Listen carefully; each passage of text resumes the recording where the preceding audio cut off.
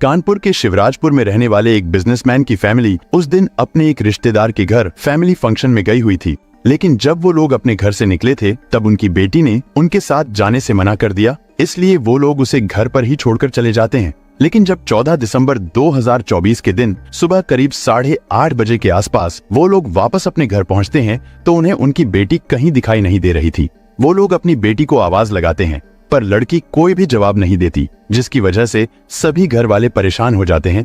लेकिन जैसे ही वो लोग अपनी बेटी के कमरे में जाते हैं तो हैरान रह जाते हैं। उनकी बेटी बेड पर बेसुध पड़ी थी और उसकी सांसें थम चुकी थी। लेकिन इससे भी ज्यादा शॉकिंग बात यह थी कि उनकी बेटी के शरीर पर कोई भी कपड़ा नहीं था।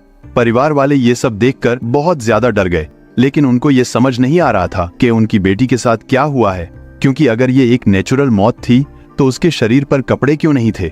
फैमिली वालों को समझ आ चुका था कि उनकी बेटी के साथ जरूर कुछ गलत हुआ है। लेकिन अब सवाल था कि जो कुछ भी उस लड़की के साथ हुआ था, क्या ये सब उसकी मर्जी से हुआ था या फिर उसके साथ जबरदस्ती की गई थी। आइए जानते हैं इस वारदात की पूरी कहानी। दरअसल 14 दिसंबर 2024 को जैसे ही परिवार वालों को पता चला कि उनकी बेटी की मौत हो चुकी है तो उन्होंने सबसे पहले पुलिस स्टेशन में कॉल की, जिसके बाद पुलिस वहां पर पहुंचती है और क्राइम सीन की बारीकी से जांच करती है। और जब पुलिस को लगा कि मामला थोड़ा सीरियस है तो पुलिस ने फॉरेंसिक टीम को भी क्राइम सीन पर बुला लिया।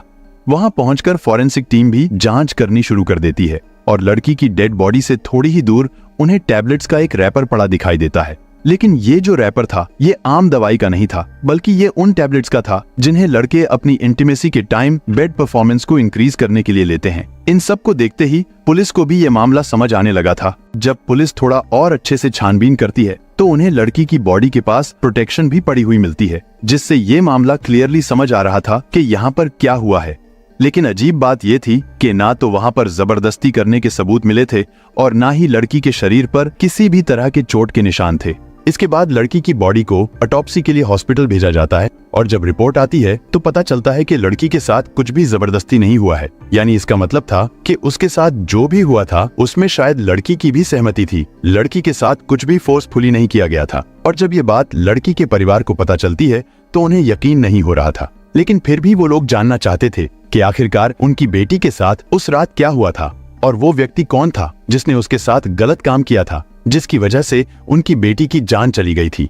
इन सब के चलते पुलिस इन्वेस्टिगेशन कर रही थी। असल में ये एक छोटा सा गांव था, इसलिए वहां आसपास कोई सीसीटीवी कैमरा भी नहीं था और अब पुलिस के पास सिर्फ एक चीज ही ऐसी थी जिससे इस केस के बारे में कुछ पता चल सकता था, और वो थी लड़की के मोबाइल की कॉल डिटेल। लेकिन जब पुलिस उस लड़की की कॉल रिकॉर्ड्स को चेक करती है तो उसके मोबाइल की कॉल डिटेल से उन्हें एक लड़के के बारे में पता चलता है जिसके साथ उस लड़की की सबसे ज्यादा बातचीत होती थी। उस लड़के का नाम था कुलदीप कुमार। क्योंकि अब पुलिस को सुराग मिल चुका था, इसलिए अब कुलदीप कुमार ही पुलिस के रडार पर था। कुलदीप वहां से 15 किलोमीटर दूर नवादा गांव का रहने वाला है। पुलिस ने सबसे पहले उसे तलाश किया और फिर उसे अरेस्ट कर लिया। लेकिन जब उससे पूछताछ की गई तो हर आरोपी की तरह उसने भी यही कहा कि मैंने कुछ नहीं किया और मैं निर्दोष हूँ। लेकिन पुलिस जान चुकी थी कि इस वारदात से कुलदीप का कुछ न कुछ कनेक्शन तो जरूर है। इसके बाद जब पुलिस ने कुलदीप को रिमांड पर लिया और उससे कड़ाई से पूछताछ की गई तो वो जल्दी ही टूट गया। लेकिन उसके बाद इस घटना का जो सच सामने आया वो बहुत ही चौंका देने वाला था। कुलदीप ने बताया कि पिछले कुछ महीनों से वो दोनों दोस्त थे, लेकिन फिर उन दोनों में बात करते करते प्यार हो गया। इसके बाद वो दोनों मिलने के मौके तलाश करने लगे। लड़की ने कुलदीप से कहा था कि जब भी ऐसा कोई मौका मिलेगा तो वो उसे मिलने के लिए जरूर बुलाएगी। अभी कुछ दिन ही बीते थे। एक दिन लड़की को पता चला कि उनके किसी रिश्तेदार के यहाँ शादी है और उनकी फैमिली भी शादी अटेंड करने के लिए जाएगी।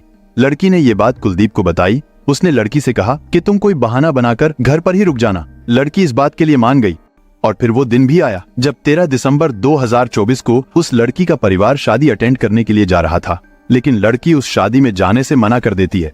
घर वालों ने बहुत कोशिश की, लेकिन वो अलग अलग बहाने बनाती है और अपनी फैमिली को ये कहकर मना लेती है कि सिर्फ एक रात की ही तो बात है, क्योंकि उन लोगों को 13 दिसंबर की शाम को जाना था और 14 दिसंबर को सुबह ही वापस अपने घर आ जाना था।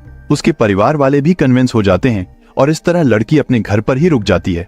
इसके बाद लड़की अपने बॉयफ्रेंड कुलदीप को फोन करती है और उसे अपने घर बुला लेती है और यहीं से असल बात शुरू होती है। दरअसल कुलदीप के लिए भी ये सब कुछ पहली बार हो रहा था, इसलिए उसने इस चीज के बारे में अपने एक फ्रेंड से बात की और उसे बताया कि आज वो अपनी गर्लफ्रेंड से मिलने उसके घर जाएगा और अगर उन दोनों के बीच कुछ ऐसा हुआ तो फिर उसे किन किन चीजों को ध्यान में रखना चाहिए। कुलदीप के फ्रेंड ने उसे कुछ चीजों के बारे में बताया। उसने कुलदीप को बताया कि सबसे पहले तो प्रोटेक्शन लेकर जाना बहुत जरूरी है, और दूसरा उसने उसको कुछ टैबलेट्स के बारे में बताया कि अगर तू पहली बार जा रहा है तो अच्छा होगा तू कुछ टैबलेट्स ले ले जो तुझे वहां पर हेल्प कर सकती हैं। लेकिन टैबलेट्स के बारे में ना तो कुलदीप को पता था और ना ही उसके फ्रेंड को इन टैबलेट्स की जानकारी थी। और जब कुलदीप ने अपने दोस्त से टैबलेट्स का नाम पूछा तो उसने कहा कि ये तो तुझे खुद ही पता करना पड़ेगा। इसके बाद कुलदीप खुद ही मेडिकल से प्रोटेक्शन भी लेता है और टैबलेट्स भी खरीद लेता है, और फिर शाम को वो अपनी इसी गर्लफ्रेंड के घर पहुंच जाता है। घर पहुंचने के बाद उन दोनों में नॉर्मल बातचीत होती है। इसके बाद कुलदीप ने लड़की को पानी लाने के लिए कहा, जिससे उसने वो टैबलेट्स खाई जो वो लेकर आया था।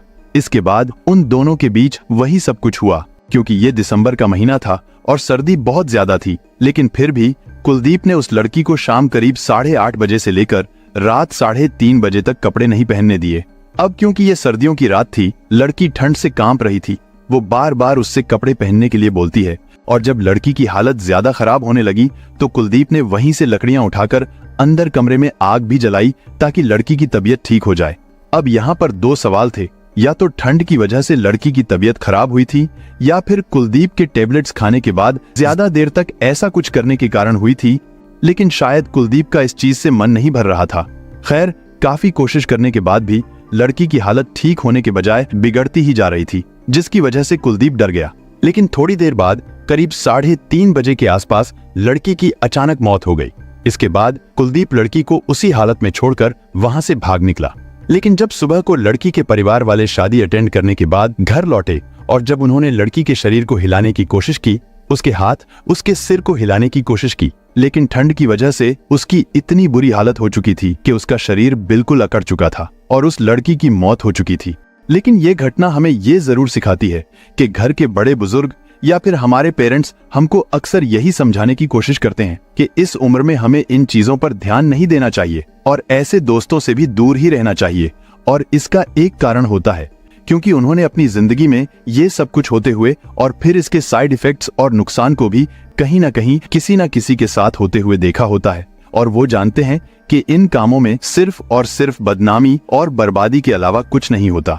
लेकिन यहाँ पर अगर लड़का डरकर भागने के बजाय लड़की को उठाकर उसी वक्त हॉस्पिटल लेकर चला जाता तो शायद लड़की की जान बच जाती। लेकिन कुलदीप इतना डर गया कि वो उसको ऐसी हालत में छोड़कर वहां से भाग गया था। लेकिन अब सवाल ये है कि जो कुछ भी कुलदीप ने पुलिस को बताया था, क्या ये सच था? क्योंकि जहां तक पुलिस ने इन्वेस्टिगेट किया और जो कुछ उसकी ऑटोप्सी रिपोर्ट से पता चला था, उससे ये तो साफ हो गया था कि उसके साथ कुछ भी जबरदस्ती नहीं किया गया था। तो क्या ये लड़की जिसकी जान चली गई थी, ये भी कहीं ना कहीं रिस्पॉन्सिबल थी, या फिर इस घटना का जिम्मेदार सिर्फ लड़का ही था? इस बारे में आपकी क्या राय है, कमेंट बॉक्स में जरूर बताएं। और इस वीडियो को लास्ट तक देखने के लिए दिल से थैंक यू। मिलते हैं नेक्स्ट वीडियो में, तब तक के लिए जय हिंद।